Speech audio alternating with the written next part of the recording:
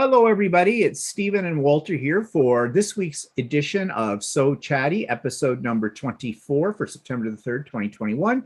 And you may be wondering why we are doing this like a Zoom kind of presentation. Well, that's because we've run out of topics. So we thought we'd interview each other. And we're going to use the questions, or some of the questions anyways, that I use when I do the Idiot Quilter Presents. But before we get into all of this, I want to mention something about next week's show. Next week's show will depend upon you, because I would like some questions and or comments that we can respond to from you. And that's what we'll make as the source of our content for next week's So Chatty. So if you've got any questions about sewing, quilting, that kind of thing, we're not looking for questions about us personally, because you're going to learn about us personally anyways from this one today. Plus, you already know who we are. But just general things about sewing or quilting you're curious about. I've already had a few people give me some things, things about color, things about fabric, stuff like that. So you can put them in the comments section below this video, or you can just send it directly to me at my email address, which is in the show notes as well. Another thing that's in the show notes, you will find, and most of you have already received an invitation to the Idiot Quilter September retreat. That's happening on the 24th and the 25th of September. On the 24th, we're having a cocktail party at 7 p.m. Eastern Standard Time for an hour or two, just to break the ice. And then the main retreat will start at 9 a.m. on Saturday, September the 25th, and run until 5 p.m. It's a come and go as you please. Spend the whole day with us, spend part of the day. It's all up to you. You don't have to show up right at 9 o'clock. You don't have to stay to the bitter end. If you have not received the details about the retreat, because there are several things that we are doing, I have created a link where you can download a PDF file that tells you everything you need to know about the retreat weekend. And that link is also in the show notes. You'll also find the link for the actual cocktail party. This is all being done by Zoom, and also for the actual retreat. Now, I'm going to keep those links posted in every video I do for the next few weeks. So it'll always be there until after the retreat happens. So if you have any questions, just either put them in the comments below or just send me a direct message, an email message, and I'll get back to you about that. It should be fun. Now, one word of warning. There is no pre-registration for this like I did in the spring retreat. It's going to be sort of a first come, first serve. I can handle 95 people with my license for my Zoom. If so, come early, because I have a feeling it's going to fill up really quick when I first open it up. I am asking too, if you feel like it, no obligation, but it will help me out with statistics. If you just drop me a quickie note with your name, first and last, just saying, yep, you're planning to attend the retreat, and then I'm just going to put that on a list as well. It just gives me an idea of how many people I can expect. That's all. No obligation. There will be prizes. There will be presentations, however, at this one, but the whole thing is more loosely structured than the one I had in the spring, in order for me to keep my sanity more than anything else. Because I would kind of like to sew at this one. I didn't at the last one because I was so busy doing the computer stuff, and Walter too, for that matter as well. We're both doing this together. So anyways, yeah. So let's jump right in, and we both have these questions, and we're just going to go back and forth and ask the same questions. So I'm going to start off. I'm going to ask Walter, how long have you been sewing? A long time.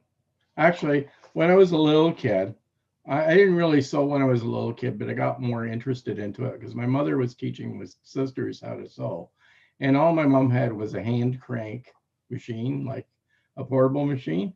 And so I would sit at the machine and help her wind bobbins, and because I thought it was kind of fascinating. And sometimes I'd help her cut out pattern pieces when I was a little kid. So I sort of got kind of interested in it then. But then I sort of didn't revisit it again until I moved into a house and found I needed a few curtains. Actually, I got my sister to sew me a couple of curtains in my very first house. But then when I moved into another house, I started wanting to make some curtains for that house. So I borrowed my mom's sewing machine and found a pattern and made some balloon curtains and things like that for the house that we lived in. And I also made, actually before that, I made some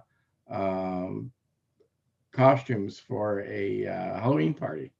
And so I dabbled in sewing for a little bit, but it was sort of as on an as needed basis. I just, when I'd have a project that I wanted to do, it required sewing, then I dragged the sewing machine out and try and do it. So it wasn't done on a regular basis or anything like that. And actually, when I made the Halloween costumes, I basically didn't have a pattern. I just used a t-shirt as a top and sort of made it up as I went along type of thing. I didn't really have a pattern for when I was sewing anything, just because I figured it wasn't really that particular, because all I was doing was making a Halloween costume. It wasn't like everyday clothing that I was going to be wearing every day type of thing. So, and just about those Halloween costumes, we did those 3 years in a row and we won first prize each year. Actually, the very first year they didn't have a prize for our category, but if you recall, the very first year I didn't really do any sewing.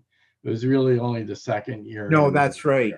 Yeah, and I made the joke on the second year that, well, if we were going as sort of Wizard of Ozzy, like a couple of Dorothys kind of a thing. I forget what we called ourselves. But the third one was the leather skirts? No, the third one was the leather skirt you made. We had her hair pulled up through those cones on her head. Actually, oh no, that's true. Actually what happened was the first year I did make a dress, and that was for Mickey and Minnie Mouse. That's right. Yeah. Mickey Mouse I didn't sew anything for Mickey, but I made Minnie's dress. That's right. And guess who was Minnie? And then the next year I made a duplicate dress to the one that we used for Minnie, and we went as the Juicy Fruit twins. Oh, that's right. And we handed out Juicy Fruit gum. Yeah, we had little matching baskets that Walter had lined with the fabric. They were great costumes. In fact, I've got a lot of mileage out of that Minnie Mouse one. I don't think I can get in it anymore, but yeah. And then the third year, Madonna came out with a video where she had a cone-shaped bra, and so I sort of made I got vinyl and made sort of faux leather skirts, and I made a type of a bra that had cones on it. So. Yeah, that was a scream. So carry on with what you were saying about. Okay, so then really I didn't really sew again for a long time after that. After I made some curtains for the house, and I think we redecorated the house at one point. I made some more curtains, and then I just left it. It was sort of like whenever I needed to sew. So then it wasn't until after Steve started getting into quilting that I started revisiting sewing again, because he took an interest in quilting. And then he kind of got me into trying to do some quilting projects. But I found that although it's okay, quilting isn't really my thing.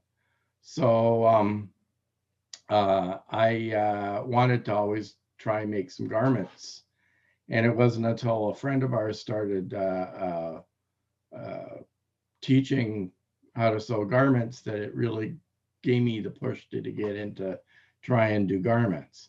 But another sewing project that I always was really interested in is my sister had an electronic embroidery machine, or actually a sewing machine that it could embroider. And in the early days of machine embroidery, and that kind of fascinated me. And so I also got into purchasing a machine, embroidery machine, so that I could do some of my own embroidery projects, which I find is somewhat fascinating. It's a machine that does stuff for you. So I think did anybody in your family influence you then? Yeah, I guess my mother and my sisters, because both my sisters could sew, and I could see practical things that they made. And then my sister, who passed away, was heavily into sewing machines and sergers and making garments and embroidery, machine embroidery. And I think that sort of gave me an interest as well. Okay, so that's about 4 questions there in a row that we answered, but they're all related. So we'll back up and I'll answer the same questions. And mine would be, how long have I been quilting? Well, I'm going to go back a little bit. I don't sew per se. I quilt. I would never make garments or anything like that. I have no interest in doing that. Well, that's not completely true. After watching what you've been making, I've thought about it, but I don't think I have the patience for doing that kind of thing.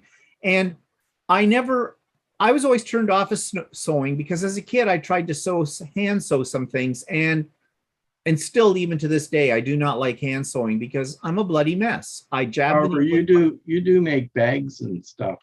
Yeah. Sometimes. Yeah, I've made bags and that kind of thing, but I don't know about garments. But I was saying that I tried hand sewing when I was a kid, hated it. I just was all thumbs with it, and I still am when it comes to hand sewing. I have no patience for it. But my mother had an old Singer treadle machine, and I was always fascinated as a kid by that machine, but my mother wouldn't let us touch it as kids. It had been her grandmother's, I think.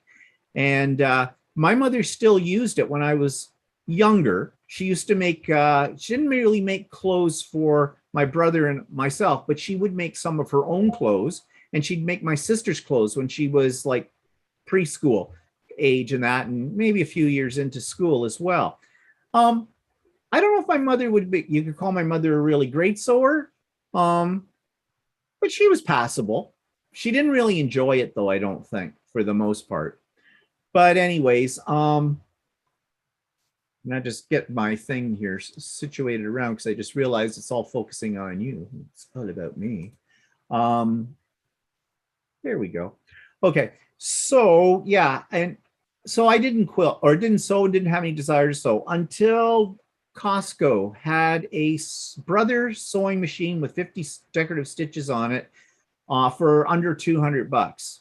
Came with the table, like the extended table for it and all this kind of stuff. And I have always done a lot of crafting, but always as paper. And I was big into mixed media, and mixed media involves, you know, you can use a sewing machine in mixed media to add things and whatnot. And I thought, well, at that price, maybe I should just pick one up. But I was going to use it for paper crafting. I wasn't going to use it for any kind of serious sewing. And at the same time, Cricut came out with the Cricut Maker, which had a rotary cutter blade on it, so it could cut fabric. The old Cricuts used to cut fabric too, but not very well. But this sounded real revolutionary. So I got both of those at about the same time. Cricut had a little pattern for making a wall hanging, which was sort of a quilt-like thing. So I made that with the brother, and I kind of got interested in it. So I went exploring, just found that there were things called quilt stores in our area. And I ended up, well, I loved the fabric, and I ended up buying a kit to make out of K Facet Fabrics, this kit by Alex Anderson. And that was my first quilt. In the meantime, the machine I was using was falling to pieces. It was a cheap brother, and parts were literally dropping off it. So off we went to, well, my walking foot, and at that time I didn't even know what a walking foot was, but it busted. I phoned up Ultimate Sewing. I had never been to Ultimate Sewing, and said, you know, I need this thing called a walking foot for my sewing machine. I have a brother sewing machine. Can you get me something like that? And Shirley said, well, probably she could, but she'd need to see the machine. And I said, okay, well, I can bring it in. In the meantime, the automatic threader, it busted at the same time. So when I walked into the store, I said to Shirley, she says, oh yeah, you're the guy that called about the walking foot. And I said, yeah, forget the walking foot. Sell me a new sewing machine. Here's my budget. And her eyes kind of lit up because my budget was like, I didn't want a cheap machine. I was prepared to go as high as $3,000. And yeah, that's how I got started. Then I discovered there were classes and all kinds of things on YouTube. And well, you know the rest of the story when it comes to quilting and me. Anyways, so did anyone in my family influence me? Not really. I said my mother did some sewing, but that was when I was much younger, and as I don't remember her doing much sewing of any kind after I got into high school anyways, even if before then. My grandmother, one of my grandmothers was a quilter, but I don't ever remember seeing her actually sit down and make a quilt. I do have one of her quilts. I have several of her quilts actually. I guess I don't think she was doing it as much at that point when I might have been more aware of it. And that's why I didn't really notice it. But I know I don't ever remember her having a quilting frame set up or anything like that because she did everything by hand. And my grandmother's stuff was beautiful. I mean, her hand sewing, she won awards for it. She was really good at it. My other grandmother was more of an artist. She could sew, but I don't ever remember her much sewing either. So really, I didn't have anybody in my family that really had as profound influence on me.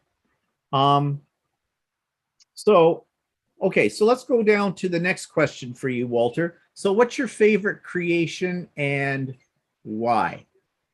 Okay, that's hard to explain because I'm trying to think of what my favorite creation is because I got a bunch of different things. Since I'm doing garments, I can't really say I have a favorite garment other than I have been sewing a lot of short sleeve shirts, which I do like doing. But as far as creation is concerned, it was actually my very first quilt that I thought was kind of cool because prior to doing sewing, I was doing stained glass. And I did a few items in stained glass, like a Tiffany reproduction lamp and some other pieces of stained glass. So to try, I guess the store owner tried to try and turn me onto doing sewing more was to do a stained glass quilt style. So I think that was sort of my first sewing project. And although I'm not really into quilting, I was kind of proud of that that item, which I've got. I'll show. Yeah, show it. And it's this one. Yeah. Now here's something that needs to be said. So I was taking all these quilting classes and everything. I had not attempted anything like that. And so he takes his first class and decides he wants to do this, and he does. And it made me sick. And the problem with that was I was completely in over my head as to what I was doing because I'd never done a quilt before. I've never done anything like that before. The closest thing is that the front resembled a stained glass project for me. So I kind of knew what to do. The one thing that was interesting about it is I was very specific as to which fabrics I picked for each area of that quilt. Like I bought fabric that looked like rocks and stuff like that. But that's what I would have done it if I was doing a stained glass project. I would pick glass that would match the element, like rocks or trees or something like that. So I did the same thing with the fabric, whereas the class I was taking, I took a class to do this. The other people in the class were more quilters, so they didn't really do the same thing I did. They just picked a fabric, and that didn't really have any distinct rock-like features or something like that. So theirs turned out completely different, and they are all kind of envious of mine because mine looked more like an actual stained glass piece. But that's sort of my influence from stained glass. So I'm still kind of proud of that piece ever since I did that.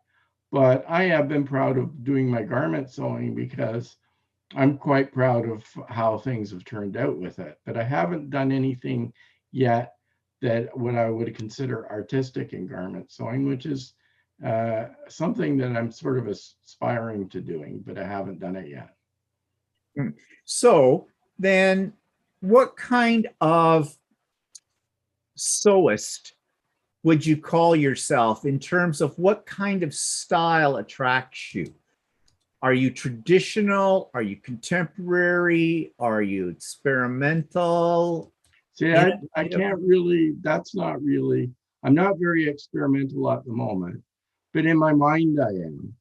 Like I keep thinking of doing things that are more creative than just the standard sewing, but I haven't really actually put it into effect or whatever. But I do try to pick fabrics that are a little bit more modern looking and a little bit less traditional. I'm not into really my color palette isn't really into grandma like stuff. Right. It's more or country or something like that. I'm more modern, I think. Well, take a look at the shirt you're wearing. Yeah. I would say that's more contemporary, almost avant-garde in a way. Okay, so my turn in this. Let's see. My favorite creation. They're all my favorite creations. I don't have anything that really stands out, but there is one. I'm going to try to do a screen share here to show you what I'm talking about. I was mentioning my grandmother, my mother's mother, who did quilting and everything like that. And when back in the 80s, actually probably the 70s, she made each one of her grandchildren a quilt. They were all the same style, but they were all a different colorway. And she had 5 grandchildren. There was me, my brother, my sister, and then my 2 male first cousins. She couldn't decide how she was going to divide these quilts up among us, like who was going to get to choose first. Well, she didn't know whether she should go with the oldest grandchild, that would have been me, or with the only female grandchild, which would have been my sister. And guess which one she went with? My sister. So my sister, she chose the quilt I wanted, I think. Or no, my brother did. One of them chose. I wanted the blue quilt because everybody knows I love blue. They were all beautiful quilts. But by the time it came around to my choice, I got the one I'm going to show you here. So I'm just going to do a little screen share. Okay. Can you see that, Walter? Yeah, yes, I can. Okay, that is my grandmother's quilt. That was made in the 70s. So it is cotton that's in it, but there were no rotary cutters. There were, they cut everything with scissors. They made their own templates. In fact, I have all the templates. My grandmother created from very thin cardboard, looked like cardboard from the back, from cereal boxes. And that she drew all of this out. She had grid paper that she drew the grid paper out herself as well to plot this all and planned it out. And she had colored pencils, I guess. And I have all of that stuff. So I thought, but this was not in my colors. It's a beautiful quilt. And the quilting in it, you can see all of it's done by hand. Everything, the piecing, the quilting, the whole bit. In fact, in our first house, we did have a stairwell that this actually hung up in for the years we were there. It's a very large quilt. It's definitely a queen size, if not slightly bigger. But I hate the colors. I don't like salmon. I don't like creams. I don't like browns that much. So it sat, when we moved into this house that we're in now, we didn't have any place to put it, any spot big enough to hang it from. So it sat in a closet. It sat in a closet for over 25 years. I dug it out one day because I had found the templates, the original templates. My mother had them. When I moved her out of her apartment into the nursing home, I found all these things. And I thought, I'd like to recreate this quilt. But I'd recreate it in the colors I like. And I have a rotary cutter and rulers and stuff. So I recreated it. And here's my version.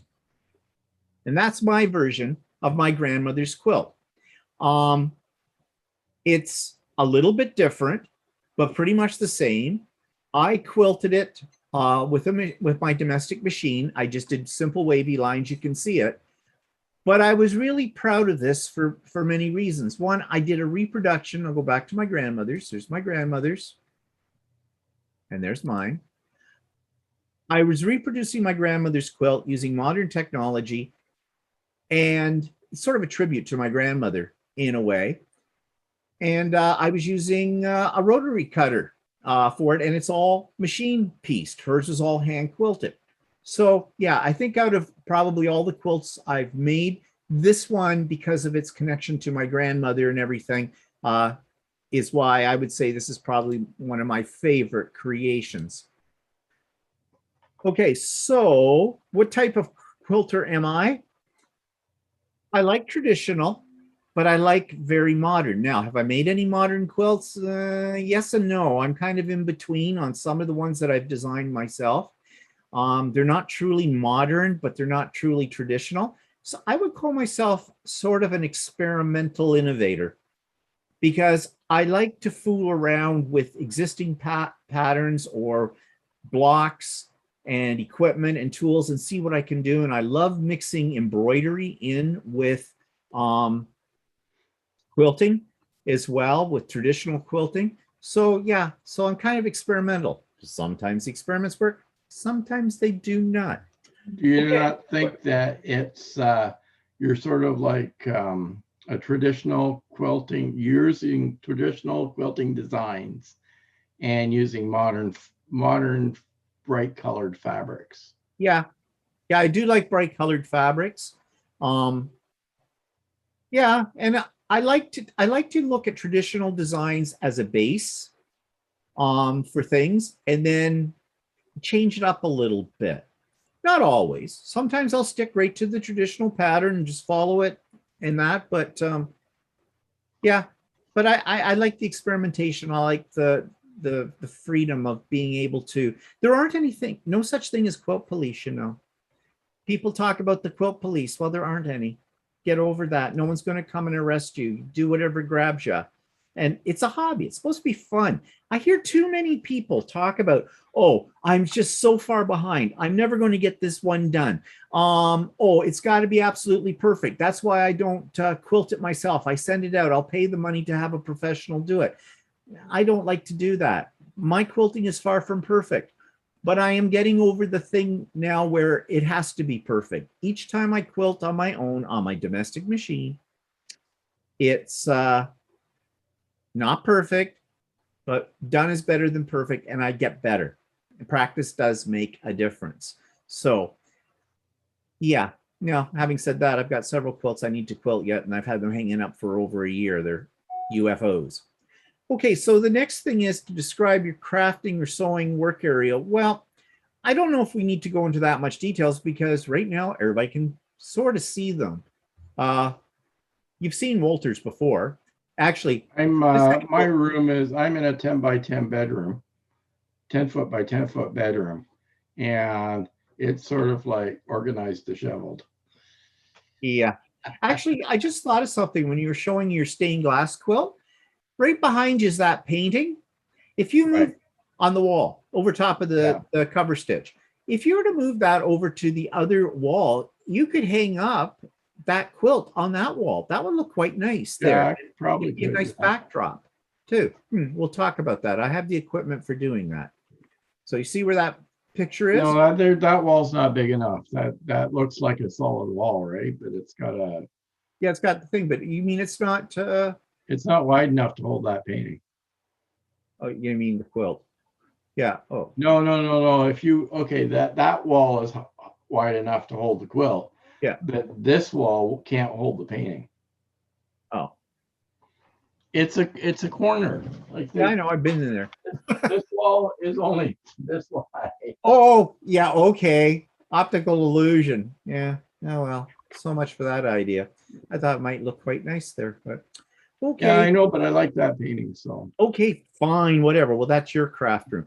Now, where I'm sitting today is, and you see this is the backdrop when we do Stephen and Walter live. This is actually my craft room, which is much bigger. I got the big room. So you've all seen my sewing dungeon when I do the Idiot Quilter, because that's half of Walter's workshop. And someday I'm thinking, we were just talking the other day about this too. I'd like to gut this room and redesign it all, pull up the carpet, put new flooring down, paint it, more cupboard space, big work table in the center for my sewing machine and everything like that. And maybe at some point, we haven't done that yet. It's a big job because I got to get rid of, ooh, I got the hiccups. I got to get rid of a lot of my crafting stuff. Okay, so here's your next question. What's your favorite tool or technique? that's a hard question to answer because I can't really think of a tool or technique that I have. I mean, my tools are my sewing machines, and they're all my favorite sewing machines. So techniques, every shirt or every garment that you make has a slightly different technique in how to do things. So I mean, I'm open to changing techniques. Like the shirts originally came, they were supposed to be flat felt seams, and they're kind of time consuming to do. So I changed it up so that I do a quickie flat felt. I do a faux, what they call a faux flat felt seam, where I use the serger to put the stuff together and then create on the exterior that looks like a flat felt seam. So that's sort of a technique. But I mean, tools, it's hard to explain. Probably one of my favorite parts of the sewing machine that I have, the P6700, which is the first one here, this one, it has an integrated walking foot system. And that is, I love that. Because in garment sewing, especially if you're using a stretchy material, I use the walking foot all the time on there. And I have several different kinds of walking feet, and they really make it easier to sew that kind of fabric. Okay, so my favorite, what's that? And my second favorite one would be the serger. Oh. It's the same stretchy material. It's much better to sew with that. Sorry, cut you off. No, it's okay. Yeah, so, but I was going to say, probably as a garment sewer, you probably don't have as many choices and techniques as I do as a quilter. No. But because I do have a favorite tool, it's my snips. I wear them usually around my neck, and I have been known to wear them all around the house after I've finished sewing because I forget I have them on.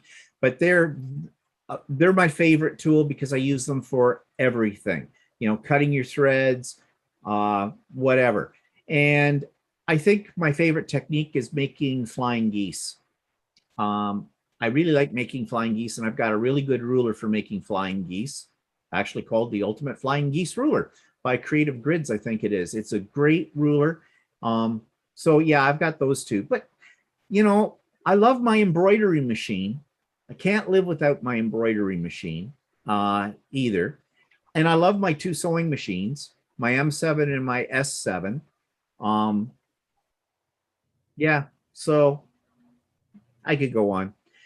So if you had all the money in the world, Walter, is there a piece of equipment you would invest in? I know what For I'd me, invest. not at the moment, other than what we were talking about the other Yeah. day, is a long arm. Even though I'm not into quilting, the one thing that I am sort of interested in is I'm not really into piecing quilts, but the idea or the concept of quilting a quilt is something I'd still want to try and do, even on my domestic machine. And we had some lessons on a long arm, and it would be nice to have a long arm. Yeah, and that would be my answer to that, to the favorite thing. We almost did it.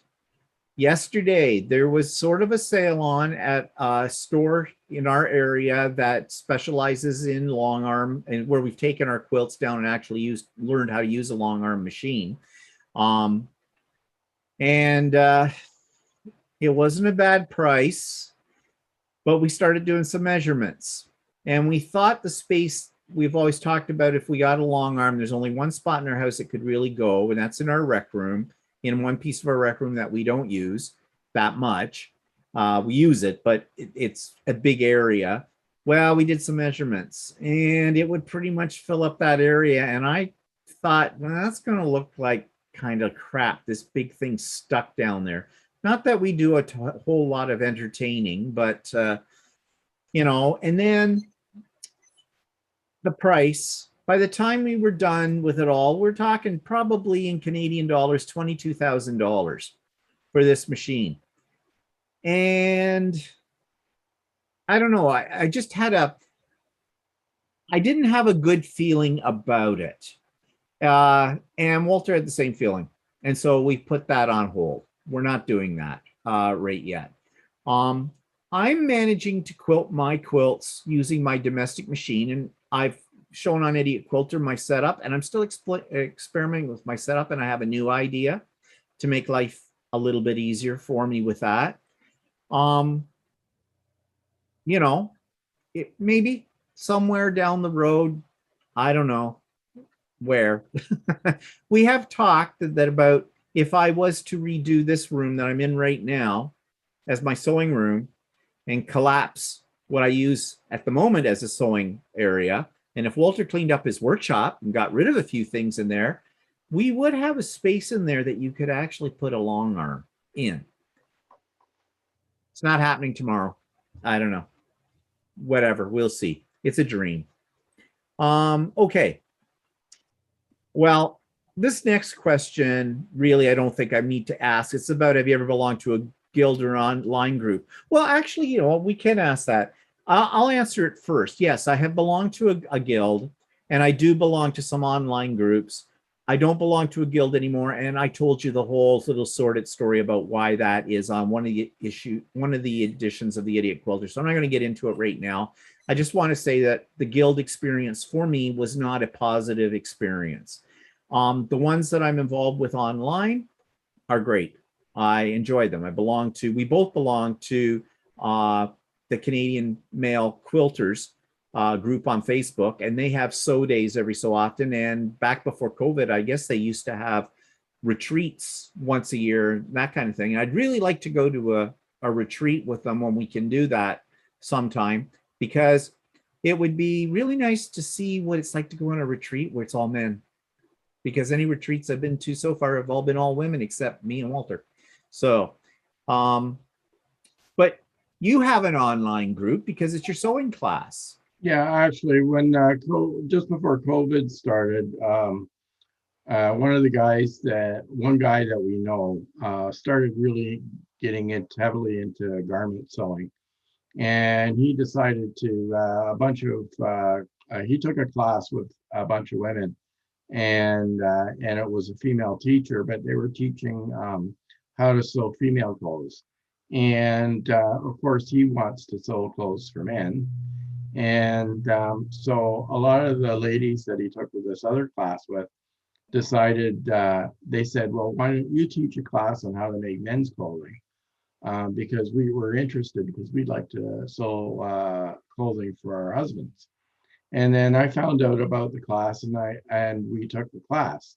And at first it was a live class, and it was starting right at the beginning of COVID started. And he only had about 2 or 3 classes before we, actually 2 classes before we had to stop because of COVID restrictions. And then about a month later, he said, well, this is kind of crazy. We've got this shirt that we've just started. So we started doing the classes using Zoom. And we've been doing the classes ever since on Zoom. And so it's basically my sewing group. And we've all gotten used to each other, and we've become friends. And so that's my sewing group. is just a group. There's about 6 of us that all sew together, usually on Monday nights, and it's kind of fun. And 2 of us are guys and the rest are women. So Okay, so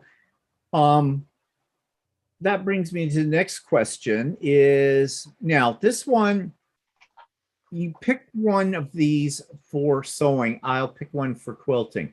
And it is, what's your favorite store for supplies and materials? Now, we did a whole episode on So Chatty, and we put links, and we have those links still as permanent links to our favorite places for supplies in the show notes. Everybody knows what my favorite place is. It's Ultimate Sewing. We just before we went on to record this, we were over there and I was picking up some things. So next week on Idiot Quilter, check it out, because I got some new exciting rulers for some new projects. But what do you like in sewing? Like, what's your one favorite? Okay, just to reiterate, I like Ultimate Sewing because a lot of the shirts I make out of the quilting cotton. So I get quilting cotton from Ultimate Sewing as one of my sources. I mean, we know of other sources than that. And I have another store that I really like. I order from Fairbet for jersey or stretchy type fabric. That is my go-to store. And it's located in Calgary. And it's called Loiseau, which is spelled weird. Loiseaufabrics.com, and it's spelled Loisea fabrics.com. And they have a really good selection of jerseys and French terries and sweatshirt materials. And they have matching fabrics. And that's been my go-to store for that kind of fabric. So do you have any favorite experts or sources of information you turn to when you Well, something? Geez, I just wrote it down. I didn't write it down. Oh no,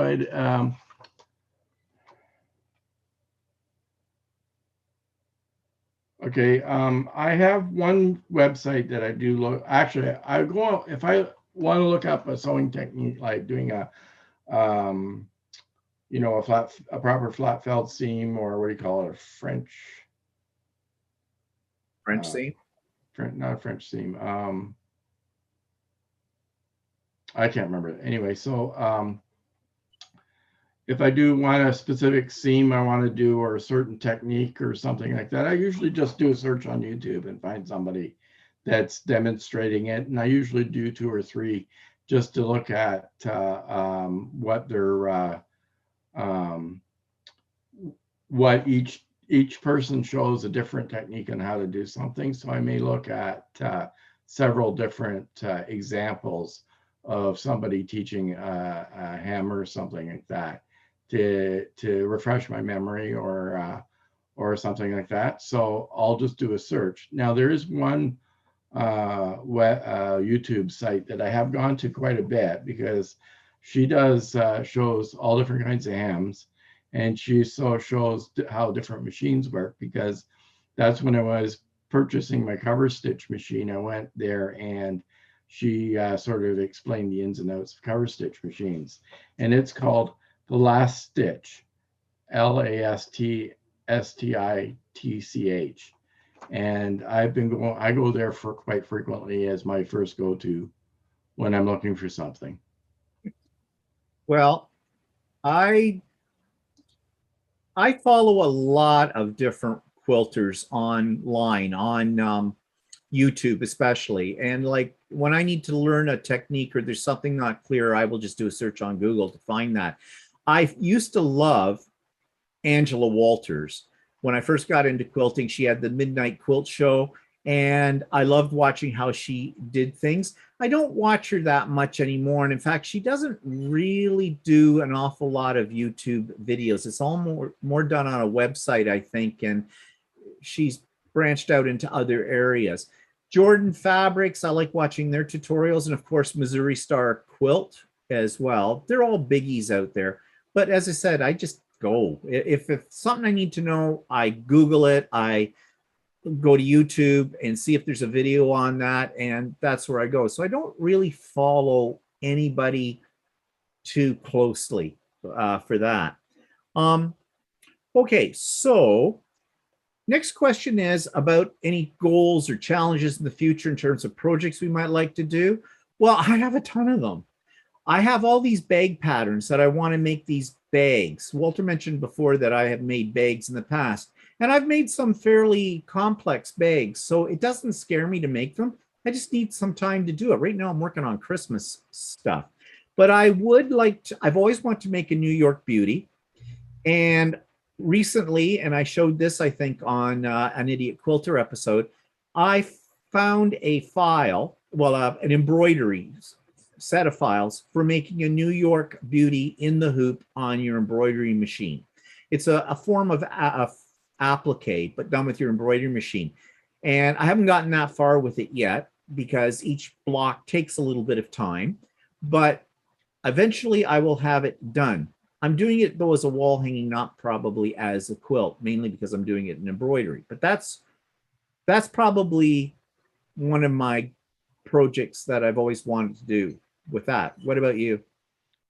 I don't know. I've only really been sewing clothes for about a year, so I want to do more. I've done a lot of short sleeve shirts, and I want to do some more long sleeve shirts. I want to do more sewing projects that show me different techniques of working with materials. We have an upcoming class probably in the fall that we're going to do a bomber jacket, and I like that because it shows me how to line jackets and things like that. So it's more techniques on how to do different kinds of garments and get more and more comfortable with that.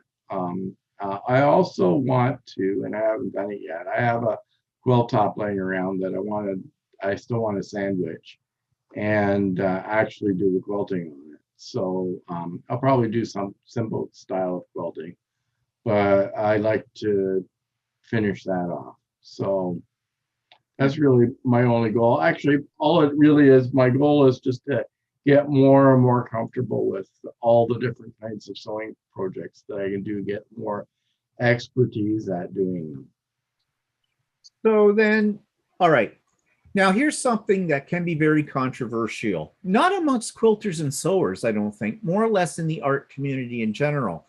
A few years ago, I used to volunteer at our local art gallery, and I had this ongoing debate that they believed the only kind of true artist was ones that painted things or did sculpture.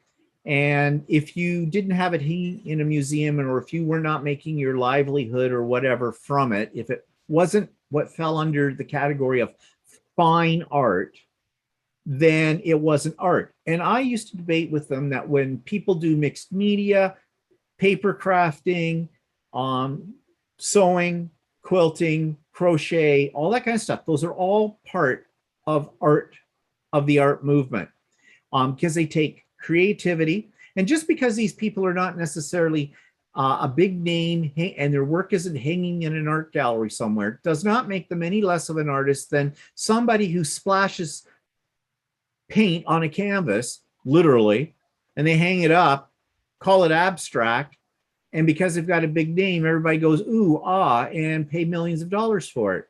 We know that. The government has a really attractive 3 stripes in the National Art Gallery of Canada hanging on a wall that they paid $3 million for back 40 years ago. It looks like someone took a roller, but apparently it's art. Okay, so I'm not going to refute it. So how do we characterize ourselves as artists, if you wanted a label? Well, I would call myself experimental. I'm an experimental artist. I like to play with mediums and mix the mediums up and screw around with stuff. How would you characterize yourself?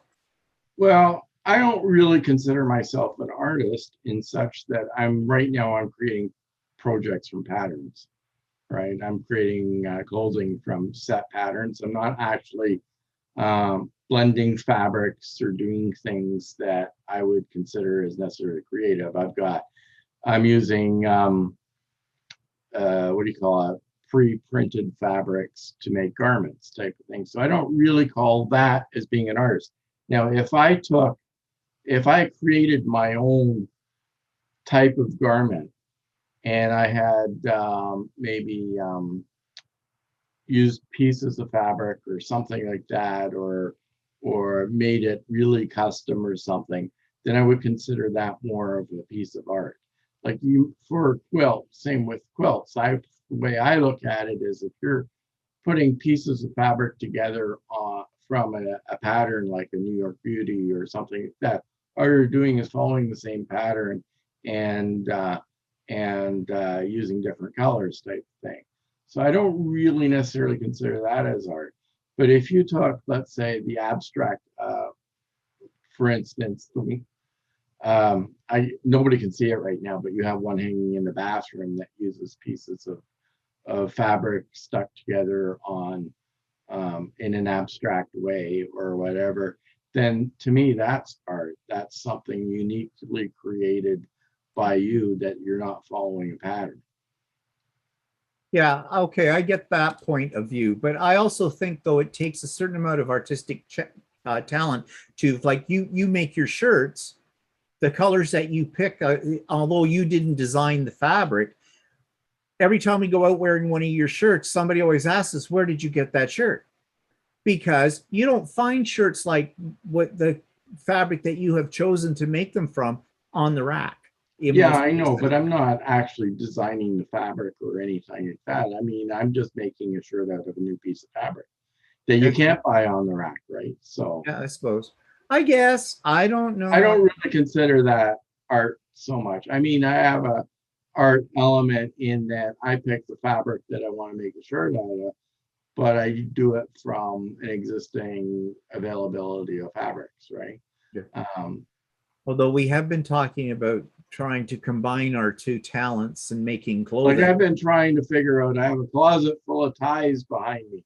I've been trying to figure out what to do with those ties and make something strange out of it, like a tie bag or something like that. So you make a shirt out of them. They'd be far too heavy. And you couldn't launder it because of most of the true. Dry. Sure. Well, anyway, so yeah. Apparently in the old days, apparently in the 70s or whatever, women would make skirts out of ties. Well, I could see that. I could see how that was, especially when they had those. Remember, what did they call those skirts that looked like they were on crooked? And the points were down the front, behind, or something. I forget what they called that. There was a name for that. That was very popular in the late 70s, early 80s or something for those kinds of skirts. But okay, so we have a question here that is one that I never get a chance to really ask because most of my interviews to date for the Idiot Quilter have been to females. I've only had 2 interviews with males. And here's the question, and I know how we're going to answer this. Have you found that you're treated differently as well, I'm going to answer it from the point of view as a quilter. I want you to answer from the point of view as a sewist. So have you been treated differently as a male sewing person? I haven't really run into a lot. I mean, I have, you and I have run into some problems going in. It's not really a problem, but they do treat you a little different. Some stores will treat you a little differently than they would, let's say, a female. They will, I've had stuff where I've purchased fabric and they've said, oh, what are you going to do with this fabric? Right? I don't think that women would necessarily be asked that question. They just walk in and automatically assume you're a quilter or something like that, not say anything. But because you're a male, you get asked different questions. Like, it's like, and I don't really quite understand that because garment makers in the past were almost always male. Tailors and everything like that were always male tailors. They weren't female tailors. So sewing isn't really unique for women. It's just more, I guess it's more common, I guess, right now for, we call it non-professional sewers to be women. So, but I haven't really been, most of my fabric purchases, especially the last year or so, have been online. So all they'll see is my name as being Walter, right? But online, I haven't been treated any differently. So I haven't seen that. I don't. Okay. But one thing I found moving from the world of paper crafting and scrapbooking and into the world of quilting, when I was a scrapbooker and when I first got into all of that and I went into craft stores for scrapbooking supplies, I would get treated like they'd be looking around. Are you looking for something for your wife? And I go, no, it's for me. And then they would treat you like you were an idiot, like you didn't know what you were talking about. When they finally figured out that actually I did know what I was talking about, and better yet, money talks, and that I was buying quite a bit of stuff, ka-ching, ka-ching, well, suddenly they became your best friends. I have only one place I have ever been, really, where I've had that sort of attitude when it comes to quilting stores. Usually I find the people that work in quilting stores are extremely friendly. When you come in, they ask you if you can help you. They do not make an assumption that you are there. Like, where's your wife? Is she sitting out in the car? Did she send you here with a list? They don't treat you that way at all. There was one store in our area that has it's not blatant, but they kind of, you get an uncomfortable feeling. Yeah, like you've invaded territory that you shouldn't be in. Now, that's with stores. I did find it extremely sexist in my guild. There were many lovely people in that guild, but there were some people that weren't so lovely. And I did a whole thing about this, and I'm not going to go into it again, but I definitely found that they were not really that ready yet. As much as they would say to your face that they thought, oh yeah, everybody's welcome, not everybody is welcome in that. But that was just my experience with one guild. That may not be the experience across many other guilds, and I would hope that it wouldn't be. I mean, I've gotten, before COVID hit, I took a few classes at Ultimate Sewing, and I did find on a very rare occasion somebody seemed to feel uncomfortable that there was a man in the group. Well, they seem to get over that pretty quick, though, because then they start bitching about their husbands and about men in general. And I have to sometimes say, hello, I'm here in the room, too. That doesn't seem to stop them. Actually, I think it's because they were gay that they think that we're just one of the girls. We're not. But anyways, but then for the most part, that's never been anything that's held me back. And in my group, my sewing group is led by a male, right? So all of them are very it's not like you're one of the girls. They are very they're aware that you're male, but you're sewing, and they don't. I've never felt any discomfort with them. No, and I've never felt really any discomfort in any of the classes that I have taken either. I did feel at one retreat, I was the only male. Walter wasn't with me. It was through my guild. And yeah, again, I don't want to get into it, but I did not enjoy that retreat as much as I would have liked to have enjoyed it. But anyways, water under the bridge now, and I'm not going to get into that any further. Okay, to finish this all up, what about advice for anyone who might be getting started in, say, garment making? What advice would you say, or would you give them, right? A newbie. Well, first of all, it depends on how novice you are. Like if you've have never used a sewing machine before or something like that, first you have to get yourself familiar with using a sewing machine. And that's where a sewing store is good with, is that you can buy your machine there. Most sewing stores have some sort of classes that you can take to get familiar with your machine. And that's basic knowledge of how it works and how it stitches and what to do when a problem occurs or something like that. And then I would seek out like a class somewhere that teaches you how to sew what you want to sew, whether it's a garment or sewing for the home or making a quilt. It depends on what kind of sewing you want to do, but I would seek out a class on how to do that. But first, you have to have the knowledge of how to use your sewing machine and get a good quality sewing machine too. Yeah, actually, that's the advice I would give to anybody getting into quilting.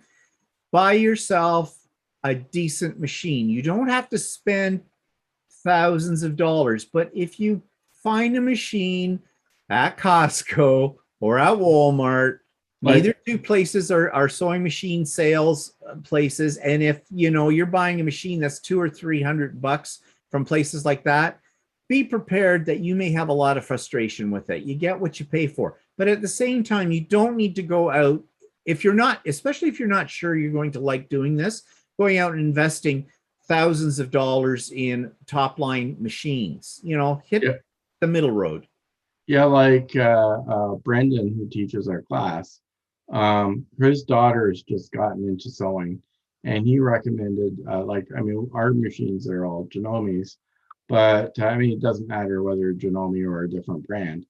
But if you go to a reputable store that sells machines, then they can give you advice as to what your best starter machine is or something. And this Brendan, his daughter just got a machine, and she had a really low budget, and she actually got an entry level Genome machine, which was about $300, and it's got basic sewing on it, a few stitches.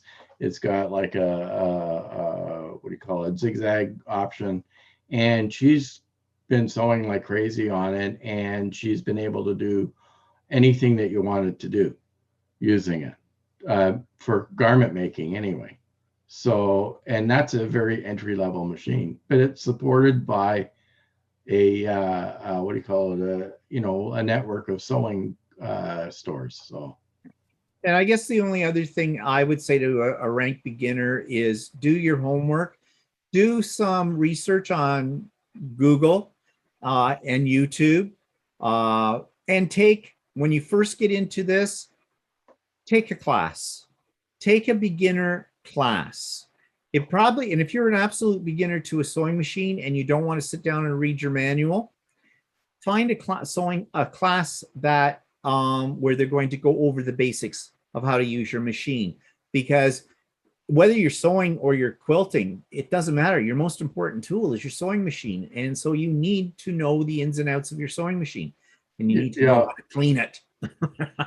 With the garments, 90% of our stitches are just standard stitches that you would use in quilting as well as sewing, for sewing. It would be nice if you have a zigzag stitch on your machine or something like that, but it's basic stitches. And if you are a real novice, you may even be able to find a store that will offer you a loaner machine to use till you get some knowledge about what you really want for a sewing machine. So that might be an option as well.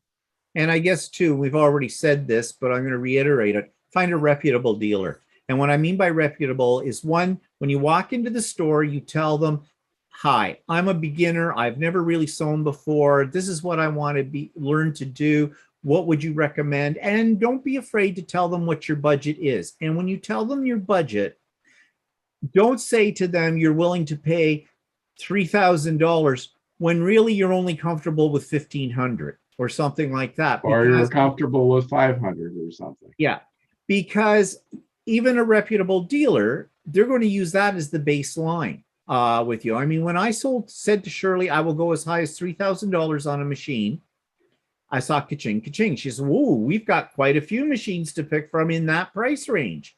But she went through with them to me, and she analyzed what I wanted to do and made very sound and reasonable suggestions. She didn't try to force anything down my throat.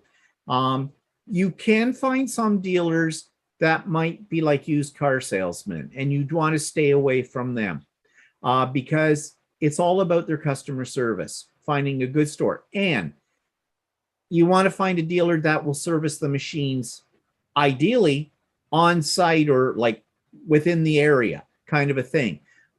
Because when your machine goes down, you want it fixed pretty quick.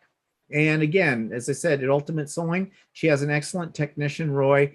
And yeah, usually I mean, in a few days, my machine is up and running again if I have a problem with it.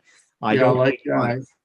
if you buy a machine online and you don't have a dealer or something like that, or you purchase a machine that isn't popularly sold in a region, you may have a problem getting parts if something breaks in it, or finding somebody that's able to repair it. So Yeah. that'd be a consideration.